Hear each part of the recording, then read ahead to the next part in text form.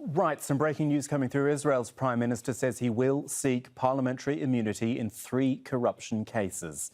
He's just outlined what is a rare and contentious move and likely to delay any potential trial against Mr Netanyahu for months. Netanyahu, if you recall, was indicted on charges of bribery, fraud and breach of trust in November. And then he survived a leadership test last week after the Likud party decided to retain him. Imran Khan in West Jerusalem for us to take us through this. So he's seeking parliamentary immunity. What does that mean? There has to be a vote?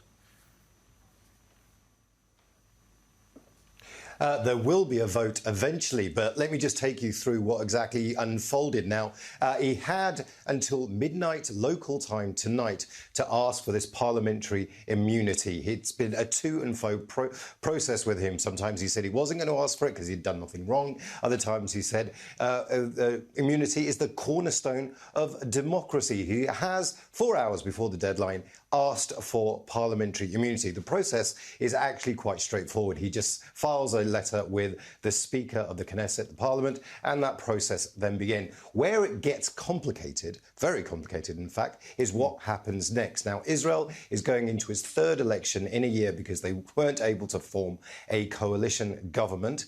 That election happens on March the 2nd. So any committee that will hear Netanyahu's petition to be granted immunity won't be formed until there's a government.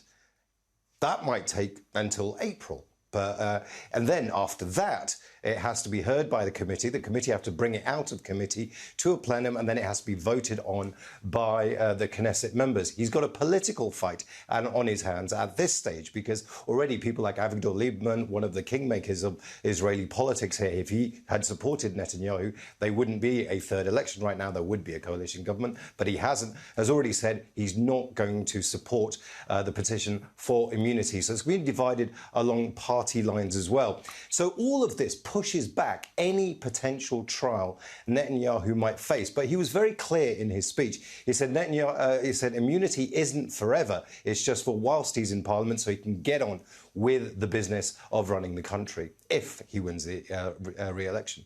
And that's a big if as well. I mean, he hasn't won or lost elections the last 2 elections, though he did decisively win the leadership challenge in the Likud party. He's just this, he's a political survivor, isn't he?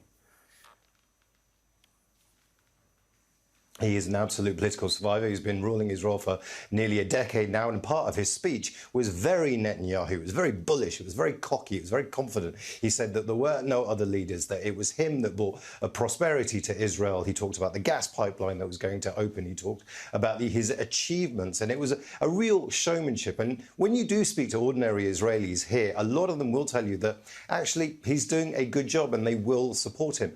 However, there are a lot of people on the left who centre-left, centrist parties who want Netanyahu out because they feel that he's been there for far too long. And he actually said this in his speech. He goes, the only other candidates against me, their only qualities is they're not me. OK, thank you for the update. Imran Khan in West Jerusalem.